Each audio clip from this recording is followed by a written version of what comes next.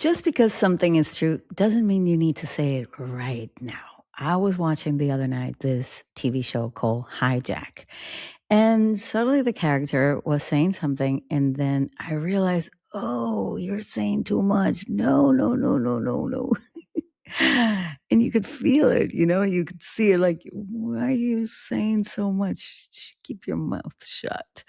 And it made me realize that we do this in business more than we tend to do it. Not because we're trying to be too honest, it's because we choose our timings in the wrong moment to actually speak. So let's talk about this. So, saying too much too early.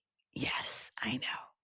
Showing your cards too soon reminds me a little bit about poker. I don't know why my brain goes there, and you're feeling that silence too fast, and you feel that you need to be over explaining the things that nobody's actually asking you to explain. And you see this in business all the time. You see this during discovery calls when you are actually trying to sell something. You're filling that gap. You want to put all those words out there. You make sure that you're saying all the right things, and you're telling them about a lot about the pricings and how they can actually all the options that they can have, but also the negotiations that when we're doing this, when we're trying to negotiate, we overshare most of the things that maybe, we shouldn't be sharing them. And you're probably trying to explain your whole thinking process so they actually understand who you are as a business owner, what you bring to the table, what you can share, what you can do for them. And we're talking and talking and talking and we're giving reasons as to why. And most of the times, these are reasons and excuses, or not excuses, I would say, but we're saying things that probably nobody asked.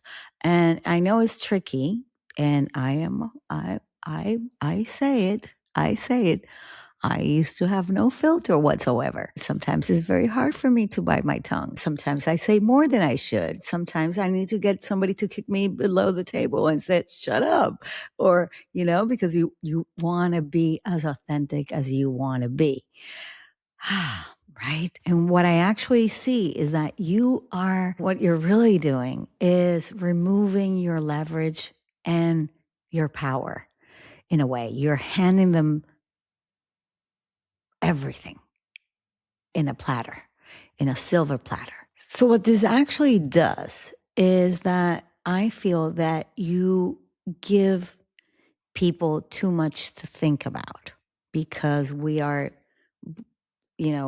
filling that gap of information. We are over delivering and we start negotiating with what you just maybe revealed, or you stop leading the conversation where you probably should be listening more instead of talking more.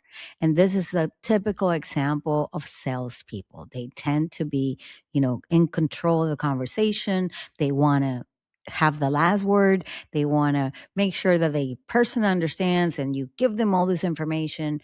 But in really what you should be trying to do in most of the negotiations, discovery calls, anything that you're doing publicly, that you want to be providing your service, that you're doing that, you should be trying to listen more instead of talking more. Now, another clue that you're talking too much is that the other person may start to feel a little bit unsure, may start to feel a little bit eager because you are trying to say too much. And when that actually happens, the conversation starts to change and shift in a way that is not for the best, right?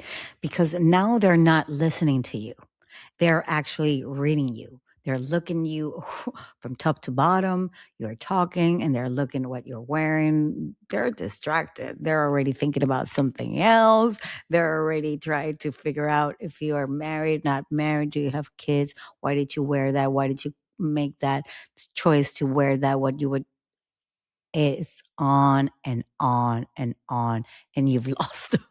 really. And I've seen it so many times that I've been to meetings that I was not the person talking. I was the person actually watching the conversation. And I could see the reactions from one person to the other person, the salesperson and the buyer or the future potential client. And I could see that they were out. They were just out of the conversation. So, what is the real change, right? What is the real change that we need to be making?